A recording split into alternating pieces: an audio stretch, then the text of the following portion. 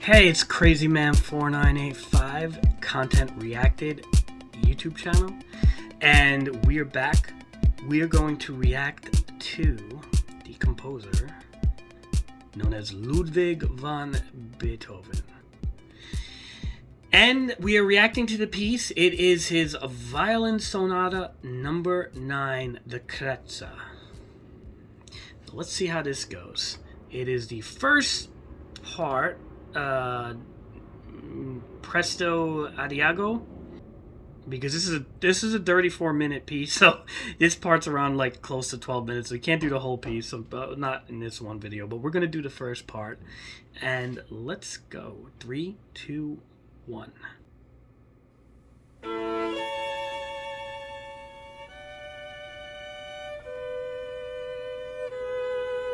Okay, violin.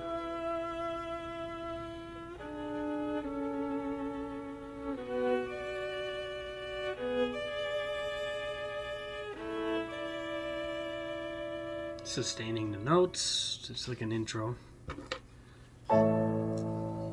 Okay, piano comes in pretty nice there. It's playing the same melody as the violin.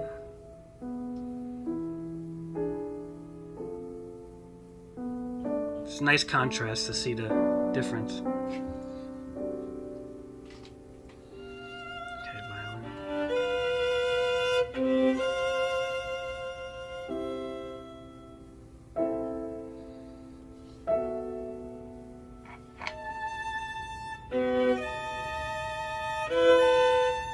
I'll pause it for a second.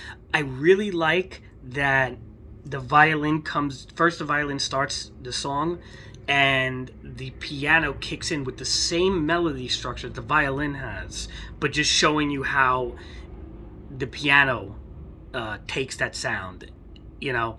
And if I'm not mistaken, I believe that the grand piano came out during Beethoven, like when he was, you know, I believe a lot of composers before him, they weren't using a grand piano, and I believe this, you know, that's why I think kind of like a lot of Beethoven stuff, he has a lot of piano concertos. I think he was fascinated with the grand piano because that was a new instrument at the time, during, you know, his reign there. So let's continue. 1:12.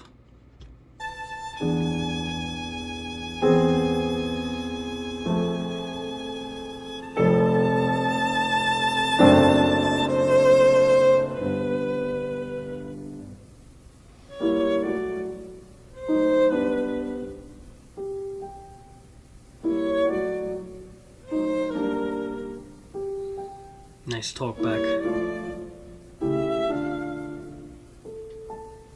Subtly, okay.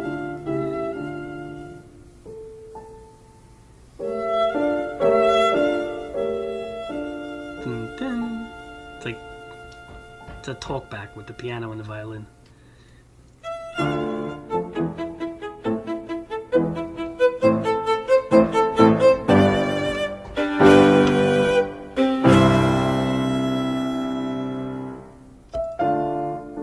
Okay, I see what. Wow. Oof. Okay, you see what's happening. So first the violin plays that selection of notes, then the piano plays it. So there's a constant switching of the, you know, of the melody from piano. It's the same melody for the most part, but it's switching the instruments, you know. And this is before, you know, days of composing, you know, like with computer programs where you can just easily swap MIDI patterns with different instruments. I mean, this is straight up, like, you know. All right, let's continue. Wow,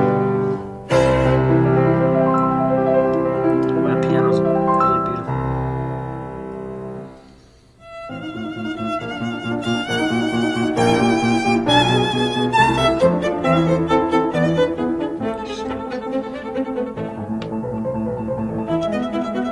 It feels like a sense of urgency, like almost like he's in a rush or something.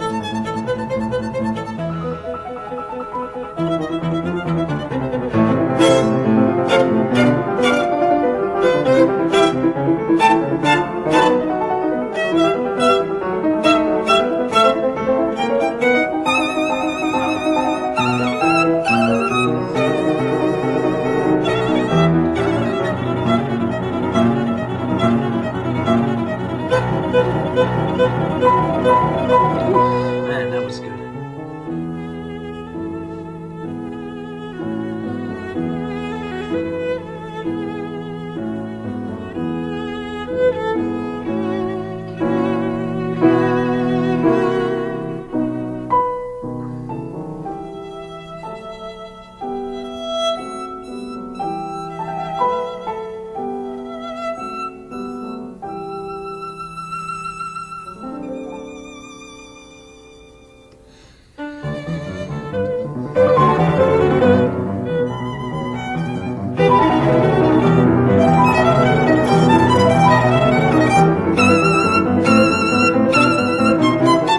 See, the piano's doing the same thing.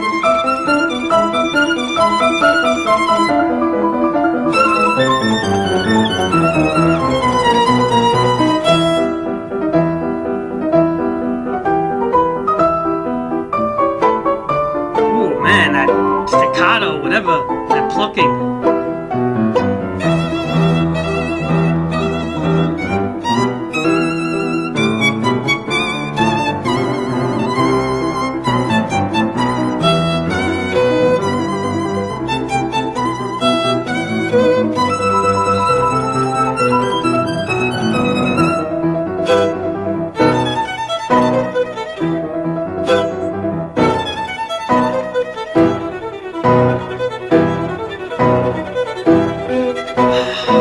Oh my god. Wow.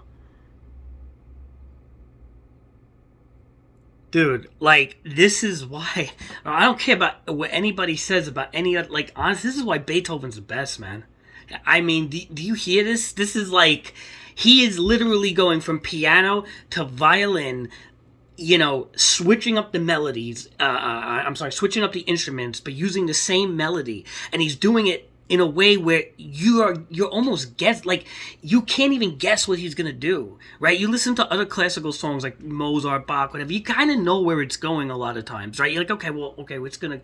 This is like, Beethoven hypnotizes you, man, and he takes you on a journey, like, where and some people, like, I know they say, well, so that's what makes Beethoven not as catchy sometimes, because, you know what, like, when I'm listening to a piece like this, I feel like I'm watching a movie. Like, I'm going on a journey. I'm literally hypnotized. Like, I don't even want to pause the video. I have to because of the fair use stuff with YouTube. But, like, I don't even want to pause the video. I'm freaking hypnotized right now. I am hypnotized by this piece, and this is like, I want to see where it goes, because I know it may repeat itself, but it's gonna be different every time, and quite different. And like that part where he's plucking the violin strings, it almost feels like wow, I didn't see that coming, and that's just the arrangement. Now, like, as for the emotionality of the song, it feels like there's a sense of urgency, a rush almost, like he's got to be somewhere, or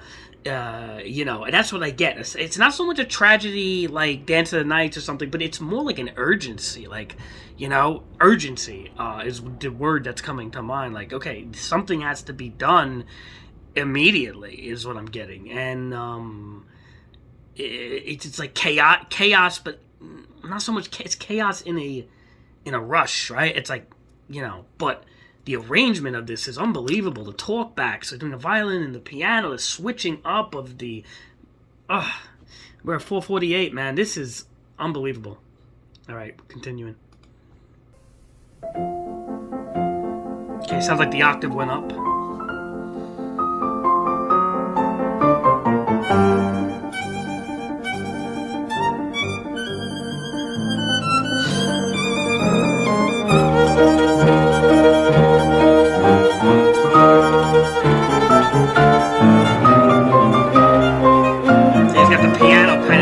Violin part from earlier. Now it's going into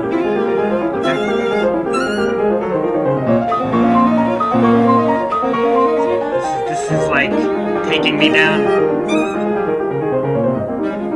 the journey here.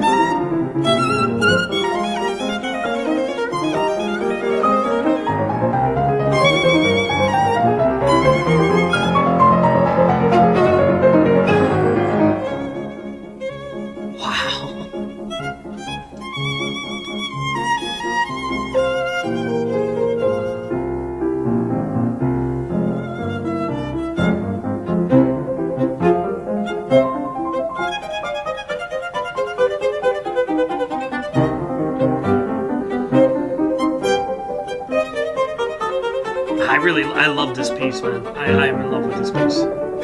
Wow.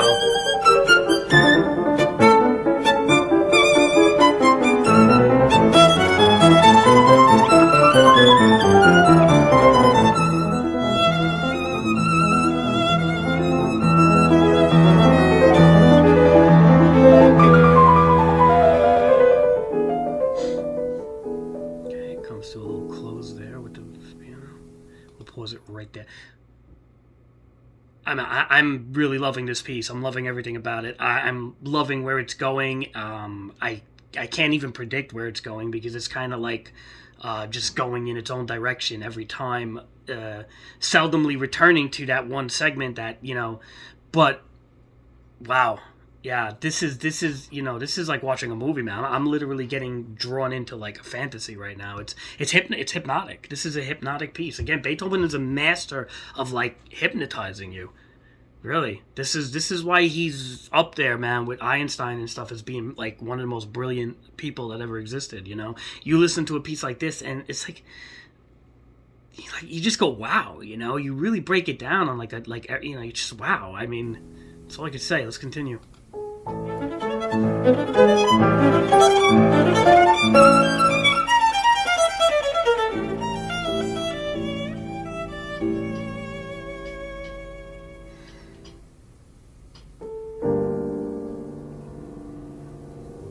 So I was almost expecting.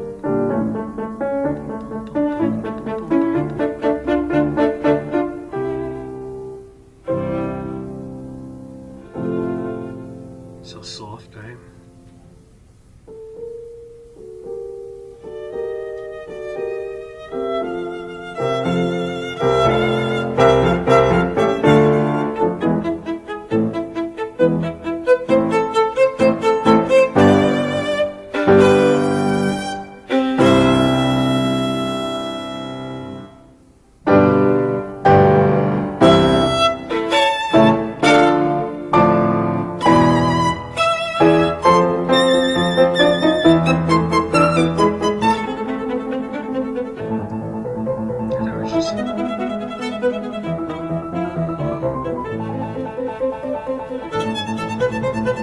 That talkback is so good, man, between the violin.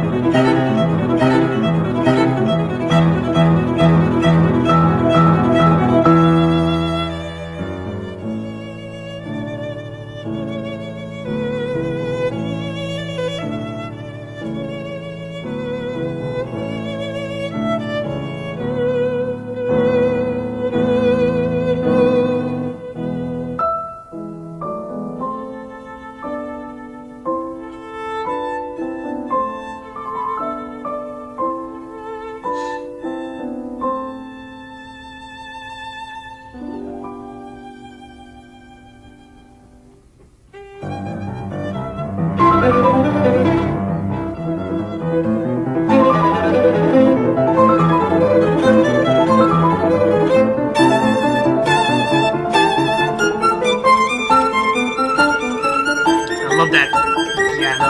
That's what the violin did.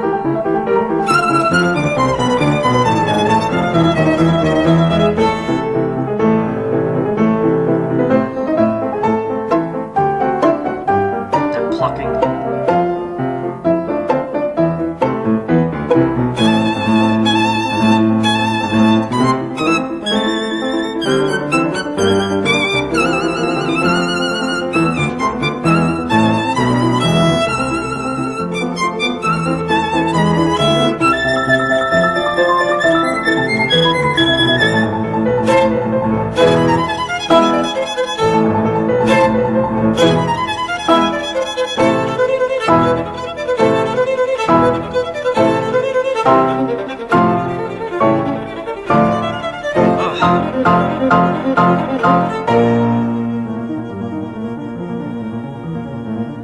Ooh, that sustaining string with the piano.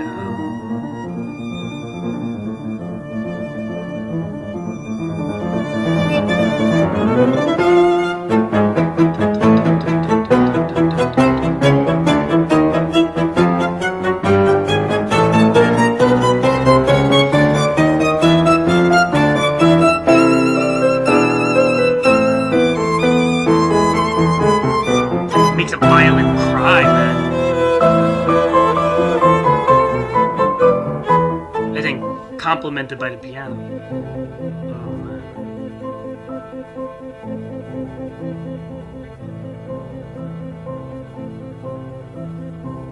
I feel like it's urgency that's never resolved, right? That's the emotion I'm getting.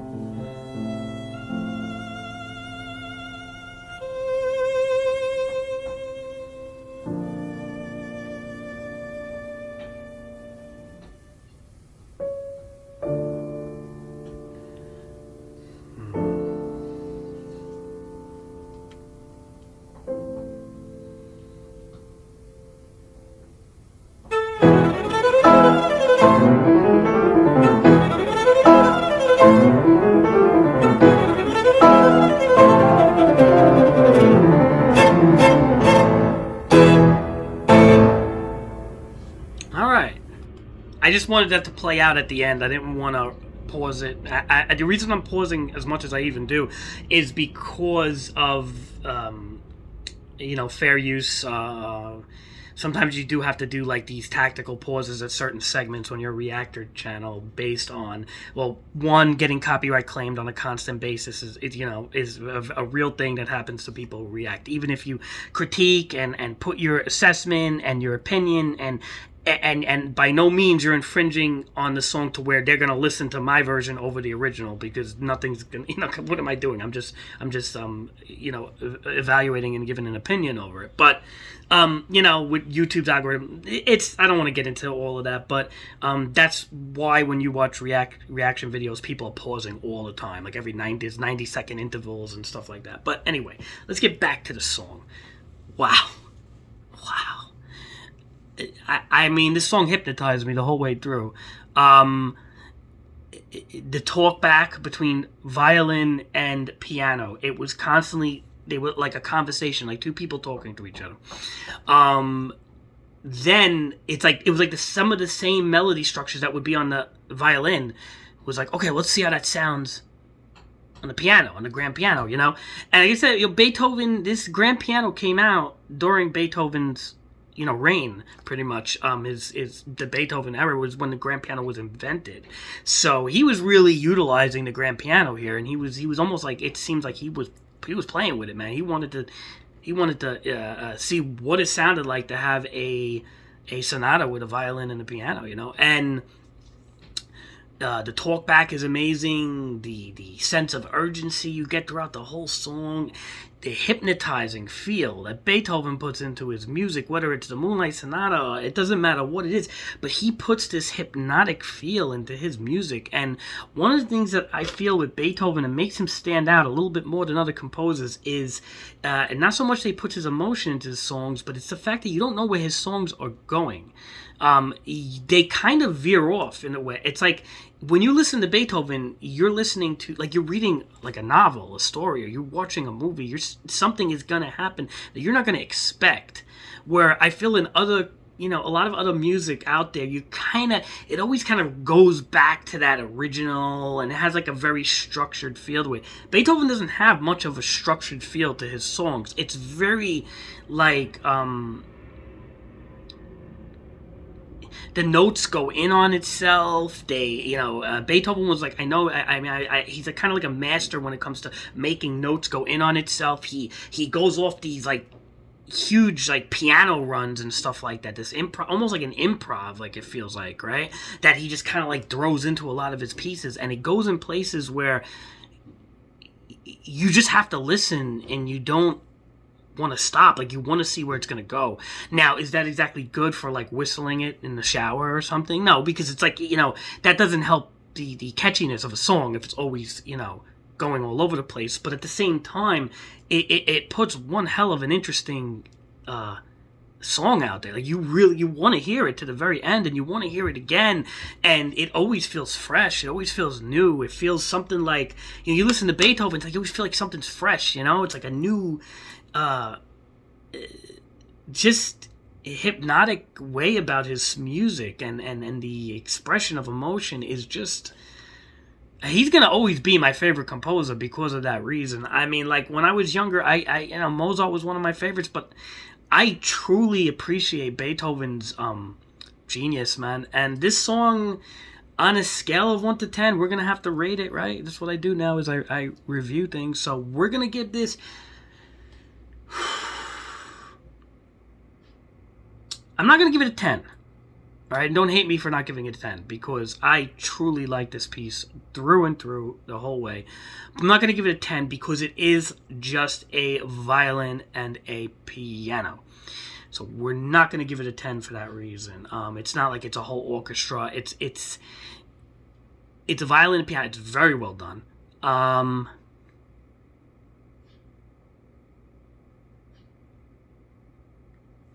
going to give it a 9.4. 9.4. And that's what we're giving it.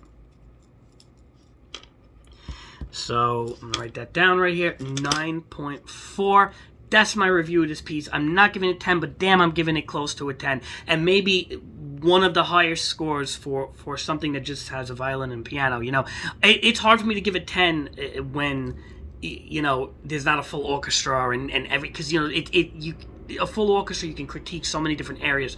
This, I was just kind of looking at two things, but the way he did it was so well, and the emotion he put into it, and just the constant talk back, and like I said, that plucking staccato part with the violin was so good, and it just, that's it, 9.4. Great, one of my favorite classical pieces, and this is the Kreutzer from Ludwig van Beethoven. If you liked what you saw and you want to still see reaction videos from Crazyman4985 Content Reacted, we're going to be doing classical pieces. Hopefully I get all of them out of the way, all your favorites, but I want suggestions, people. Like, subscribe, it does me a ton of good, it doesn't do you any harm, and you know what? I'm going to get better as I do this. I know sometimes I say you know and like too much, and my language and my lingo is a little too much, you know, maybe I don't, you know, I talk over the song, whatever, suggestions, likes, comments, everything. Let's make this channel grow, man. This channel was funded from was literally, the foundation was from a Mozart video I put so many years ago that had to get taken down, unfortunately. But we have a lot of subscribers to begin with because of that video, 14,000. I want this channel to grow, and I want to put my assessment, I want to put my opinion on these beautiful classical pieces, man. It has to be done, and I'm going to keep doing it. And that's it. Crazyman4985 out. Thank you. Thanks, everybody, for giving this channel a chance. It's very appreciated. Thank you.